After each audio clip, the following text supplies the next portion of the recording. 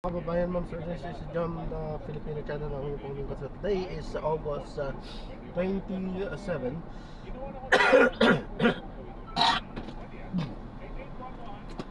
Excuse me po.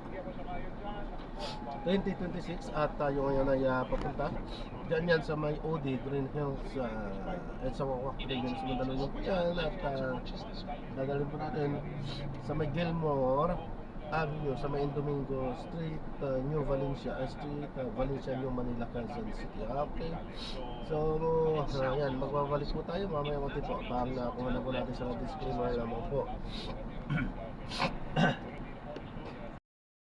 Ang content po natin ay kalsada at hindi ang passenger, kaya naman sakali mo po na may marinig kayo mga pangalan ng lugar, pangalan ng tao, pangalan ng organisasyon sa government o private na yan ay wala pong kinalaman ng channel na ito at wala pong pinapatungkulan. Lahat po na pinag-uusapan dito ay pawag ko lamang po yan sa loob at wala pong pinapatungkulan sa labas. Magbabalik po tayo mamaya konti pag nakuha na po natin sila.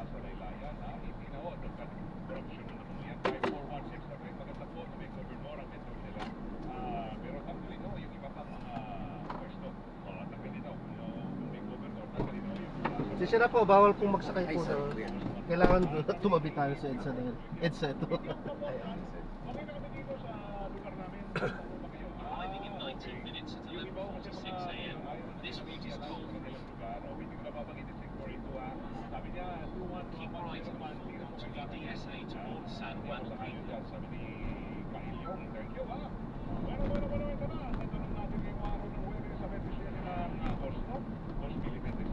In 100 meters, turn right at the traffic light.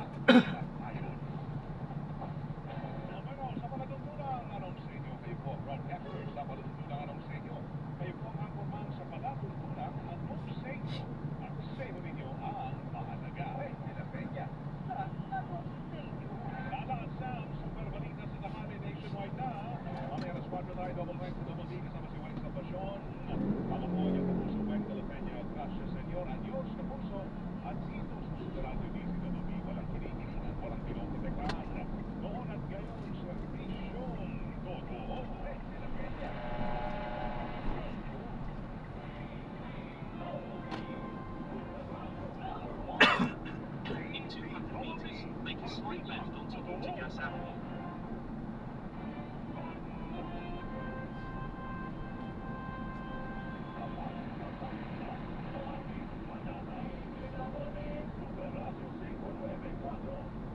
In 100 meters, make a slight left.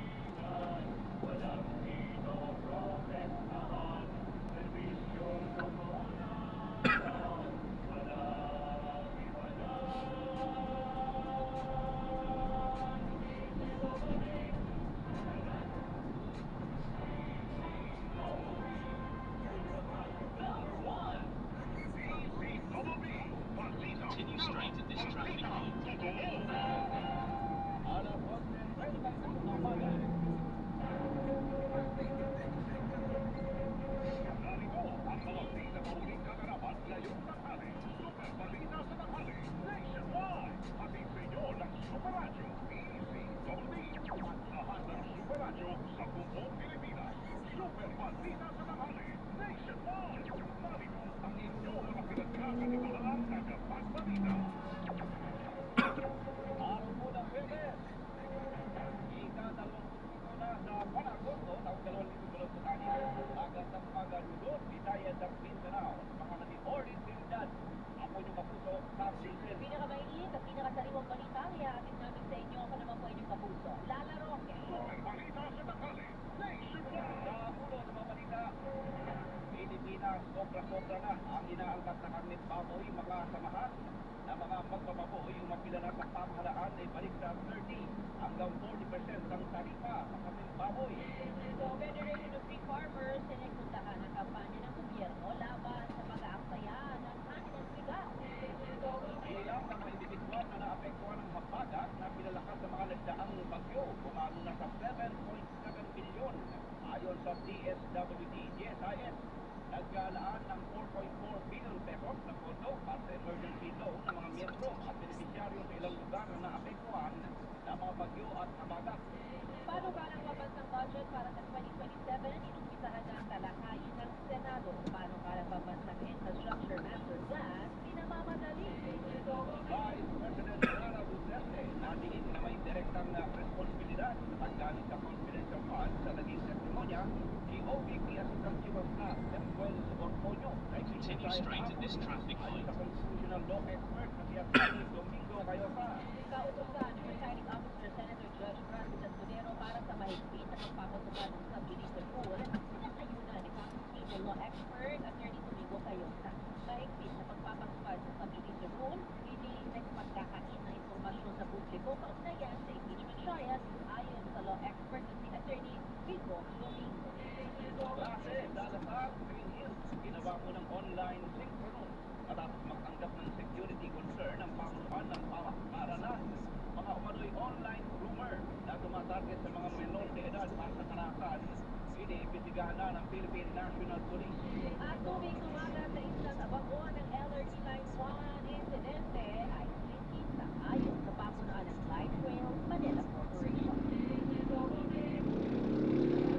Ito ang Super Balita sa tanghali.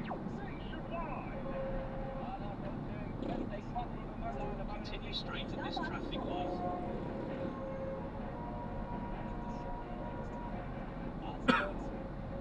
Detalye ng mga balita, umaapila sa gobyerno at iba't ibang grupo ng magbababoy na ibalik ang mas mataas na taripa sa imported na karneng baboy. Ayon sa Pork Producers Federation of the Philippines Incorporated, Philippine Pork Council Alliance Incorporated, at Agricultural Sector Alliance Party List ay para tugunan ang anilay dami ng importasyon ng karneng baboy. Sasala ng mga magbababoy akyat sa Continue straight at this traffic light. 891 milyong kilo ng baboy ang pumasok sa bansa noong 2025 kumpara sa 610 na milyong kilo noong 2023 at 774 milyon na kilo noong 2024. Mula sa kasalukuyang 15% na in-quota, 25% na out-quota tariff rate, dapat man ibalik ang tarifa sa dating 30 hanggang 40%. Piling din nila AGA Party Representative Vicky Briones, Eric Harinas ng Proport at Chris Chua at Orlando Tampago ng CPAI na dapat ipagpatuloy ang pagbabakuna sa mga baboy naman sa African Swine Fever at ipatupad ang Animal Industry Development and Competitiveness Act. Piling din nila ang pag-ihigpit sa bentahan ng produse na kanyang baboy at mga pork products para masiguro na ligtas kainin ang mabibili ng mga mamibiling Pilipino. Samantala, malaki matitipid ng Pilipinas sa inaangkat na bigas kung magiging maayos ang konsumo ng publiko sa kanin. Ito naman ang sinabi ni Raul Montemayor, National Manager ng Federation of Free Farmers Cooperative. Kasunod na rin ang ulat ng Philippine Rice Research Institute o PhilRice na mahigit sa 24 o 4 na bilyong pisong halaga ng bigas o katumbas ng 10.85 milyong sako ang natasayang sa Pilipinas taon-taon. Ayon kay Montemayor, masyado ng malaki ang nasasayang na bigas ng mga Pilipino. Kung pagsasama-samahin mo ang nasasayang na kanin na aabot sa 500,000 tonelada kung saan maaari na itong mapakain ang buong bansa ng kalahating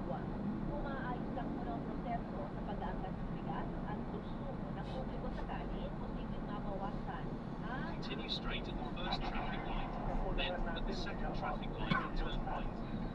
Nasasayang na kung magtitipid tayo ay mapapawasan ng 500,000 tapos pa rin magtitipid at at saka i-discount din natin okay lang kung inangkat natin para kay hindi yung inangkat natin para itapon parang mali Huwag naman si Montemayor sa muling pagsusulong ng Department of Agriculture sa paghahain ng half-cup rice sa mga restaurant.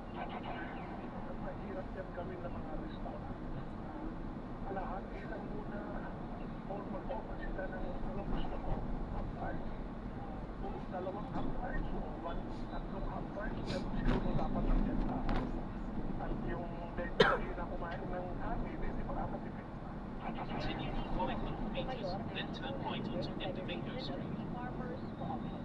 Hinihirap naman ng Department of Agriculture ang mga mamimili na ikonsidera ang pagbili ng mga alternatibo sa bigas dahil sa dami ng mga bigas na nasasayang. Batay sa isang pag-aaral. Gayman, sa monitoring ng Super Radio CCWB sa Calentong Market sa Mandaluyong City, malabas na mas mahal pa ang mga alternatibo sa bigas para sa mismong bigas. Partikular na Arriving in 6 minutes at 11:45 a.m. This route is toll-free. Ngayon, ang saging na saba ay nasa 60 pesos kada kilo, habang 70 pesos kada kilo naman ang mais, habang ang kamoteng dilaw ay 90 pesos kada kilo. Ayon sa mga In titinda, 200 meters, pa rin ang turn mga right at the namimili. traffic light. Ang bigas na 50 kada kilo pataas. Ang bentahan ay pa rin ang laki ito kapag sinamahala ng ulang. Samantala, sinabi rin ang kagawaran na tinitingnan nila na buhayin muli ang half-cup rice ordinance. Naumigay naman sa mga restaurant na bawasan ang serving ng kanin para maiwasan ang pagsabayang nito. Lumabas kasi sa pag-aaral mula sa Philippine Rice Research Institute na nakakapagsayang ang bawat Pilipino ng hanggang 2 kutsara ng kanin kada araw.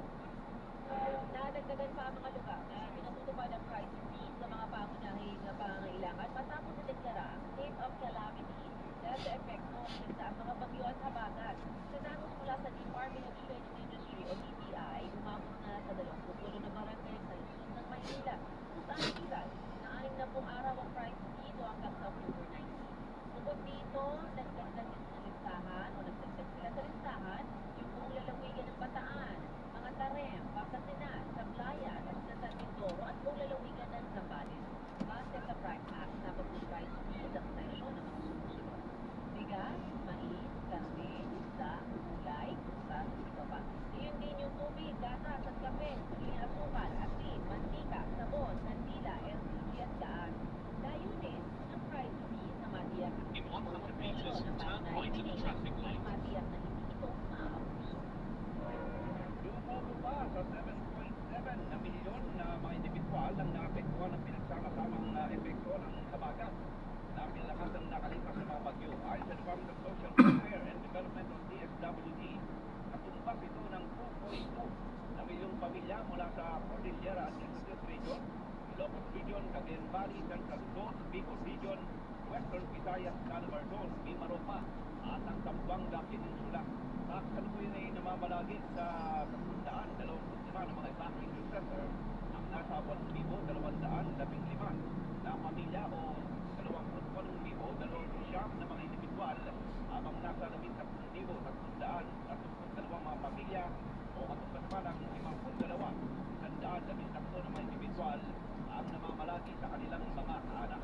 Kasunod dito ay nagpaabot na ng tulong ang CSWD na aabot sa 1.4 billion pesos na halaga ng humanitarian assistance. Paglalaan ng Government Service Insurance System o GSIS ng 4.4 na bilyong piso na pondo para sa emergency loan ng mga miyembro o pensyonado na nakatira o nagtatrabaho sa sa lugar sa Luzon na nagdeklara ng state of calamity. Dahil na rin ito sa epekto ng mga nagdaang bagyong Luis at Maymay maging ng habagat. Ayon sa GSIS, kabilang dito ang lalawigan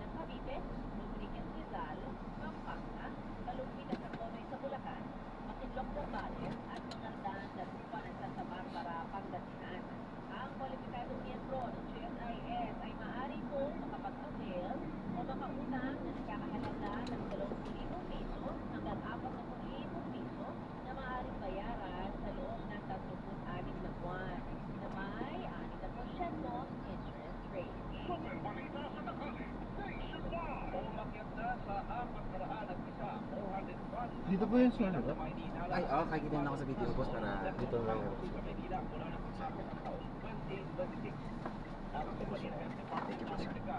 po ako, Diyos po. Umakyat din sa 21 ang bilang ng mga nasabi. Dahil sa nasabing sulit, una nang inuutos si Manila Mayor Isko Moreno ang pagbabahay-bahay ng matawan ng health center para mapalakas ang kampanya laban sa sakit at makuri ang mga posibleng tinamaan nito. Pinasisiguro na rin ang alkalde ang pagkakasay ng doxycycline Oo. bilang ng pagbili ng karagdagang 100,000 piraso ng naturang gamot. Bukod dito may 33 bagong kaso rin ng dengue na naitala ng araw sa Maynila. Habang may 2 influenza Arriving in a minute at 11:44 a.m. This route is toll free. araw na namatay sa Arriving at the destination. Pick up po. Ay, kaliwa na naman ako. Okay. Department of Public Works and Highways o DPWH ang pagkakaroon pa ng water detention facility sa Kalasang, Maynila at iba pa lugar sa bansa. Ito tiniyak ni DPWH Secretary Vince Dizon nang sumalang sa briefing ng House Committee on Appropriations para sa panukalang 2020 budget ng kagawaran. Good afternoon po. Mahilig po. Second District Representative Brian Insuan na matutukan at mapuntukan ang water detention facility. Ayon kay Insuan, Arriving in 14 minutes at 11:58 a.m. This route is toll free. at makatulong pagpapababa ng banta ng baha sa mga komunidad. Ngunit dito mismo si Pangulong Bongbong Marcos ang nag-atas na tuwing prioridad ang water detention facility. Turn right onto Indomingo Street. Kahit na mag-dredging o maghukay ng mga daluyan ng tubig, marami pa rin ang mga ito o mababaw na talaga. Kaya napapanahon ng pagkaroon ng water detention facility hindi lang sa Metro Manila, kundi sa iba pang pangunahing syudad sa bansa. Gayunman, sinabi ni Dito na ang Into leftmost lane, then in 100 meters, turn left towards Boulevard E. Rodriguez Senior Avenue. Pero ito ang solusyon ang maging mas creative gaya ng paggamit ng open spaces o fields, mga parke, golf course, at iba pa. In-inspection naman ni DPWH Secretary Vince Dizon ang EDSA Balintawak para tingnan ang mga saktuang solusyon kontra baha. Sa kanyang pag-ikot ay bumalaga kay Dizon ang G. Araneta Creek Extension sa EDSA Balintawak na mababaw na at halos parado na ang mga concrete pipe o culvert. Into leftmost lane, then in 100 meters, turn left onto First Street towards Gilman Road. DPWH para isagawa ang drainage master plan ng Quezon City. Kabilang dyan ang paglalagay ng water retention basin sa Balintawak sa Cloverleaf para doon iimbak ang tubig. Tutulong naman ang NLEX Corporation sa paggawa ng retention basin lalo na apekto sila kapag bumabaha sa lugar. Alalahasin din ang mga drainage sa lugar para